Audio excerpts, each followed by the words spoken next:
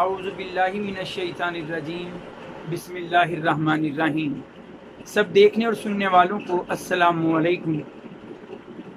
کل پاکستان، بھارت اور قریبی ہمسایہ ممالک میں انشاءاللہ پہلا روزہ ہوگا۔ میں نے چاہا کہ رمضان المبارک کے آغاز میں ہی آپ لوگوں کو آگاہ کر دوں کہ وہ کون سی باتیں ہیں جو روزے کو توڑنے کا باعث بنتی ہیں، جن سے روزہ فاسد ہو جاتا ہے، جن سے روزہ برقرار نہیں رہتا۔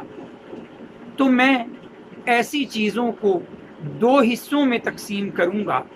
ایک وہ چیزیں یا وہ کام جو ہمارے جسم میں داخل ہوں تو روزہ ٹوٹ جاتا ہے، اور ایک وہ چیزیں یا کام جو ہمارے جسم سے نکلیں، خارج ہوں تو روزہ ٹوٹ جاتا ہے۔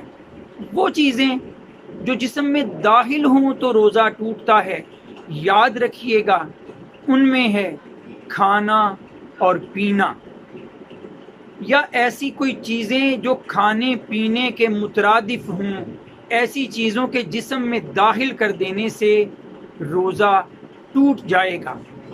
اس میں یہ بات ضرور دیکھی جائے گی کہ قصدن یعنی ارادتاً آپ نے جان بوجھ کر وہ کام کیا یا بھول چوک سے وہ کام ہو گیا۔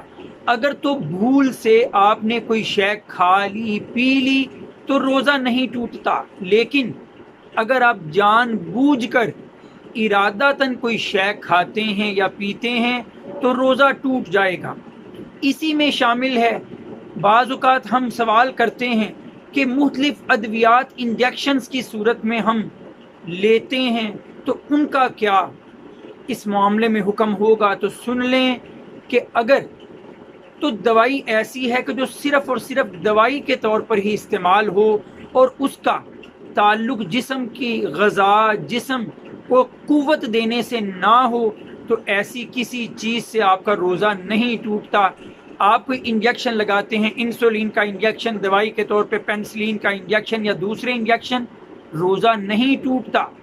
لیکن اس کے برعکس آپ کوئی ایسی ڈرپ لگواتے ہیں، گلوکوز کی ڈرپ لگوا لیتے ہیں، نمکیات کی ڈرپ لگوا لیتے ہیں، جسم کی طاقت بڑھانے کے لیے خون لگوا لیتے ہیں، تو یا خون بنانے والی دوائیاں لگا لیتے ہیں، تو ایسی صورت میں روزہ ٹوٹ جائے گا۔ یہاں پر ایک اور بات بھی مد نظر رکھ لیجئے، بعض اوقات ہم ڈراپس کا استعمال کرتے ہیں، تو کانوں میں یا آنکھوں میں کوئی ڈراپس جن کا کوئی ذائقہ محسوس نہ ہو، ایسی صورت میں ان سے روزہ نہیں ٹوٹے گا، یا کان کا پردہ پھٹا ہوا نہ ہو کہ وہ دوائی آپ کی حلق تک پہنچے، تو ایسی صورت میں روزہ نہیں ٹوٹتا۔ لیکن اگر اس کا ذائقہ حلق میں محسوس ہوا تو روزہ ٹوٹ جائے گا۔ پھر دوسری بات، جسم سے خارج ہونے والی باتیں، تو ایسی صورت میں اگر آپ دیکھیں کہ اگر ارادتاً آپ کیا کرتے ہیں، الٹی آ جاتی ہے آپ کو، تو ایسی صورت میں روزہ، اگر ارادتاً آپ نے انگلی مارتے ہوئے، پیٹ کو دباتے ہوئے کیا کی ہے، تو آپ کا روزہ ٹوٹ جائے گا۔ لیکن غیر ارادی طور پر خود بخود کہیں معدے میں کوئی ابال پیدا ہوا اور اس سے آپ کو قے آ گئی، تو ایسی صورت میں آپ کا روزہ نہیں ٹوٹتا۔ اسی طرح سے کہیں جماع کی صورت ہے، میاں بیوی کے تعلق کی صورت ہے، تو ایسی صورت میں روزہ ٹوٹ جاتا ہے۔ اگر عورت کے جسم سے خون جاری ہونا شروع ہو گیا حیض اور نفاس کی صورت میں، تو پھر بھی اس کا روزہ ٹوٹ جاتا ہے۔ ورنہ کسی محض زخم سے، مسوڑوں سے خون نکل پڑنے سے روزہ نہیں ٹوٹتا۔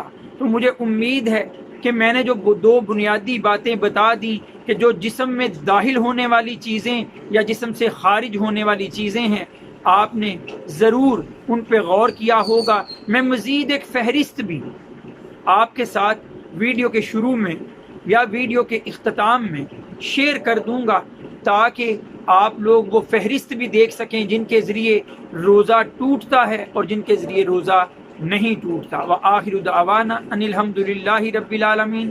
السلام علیکم۔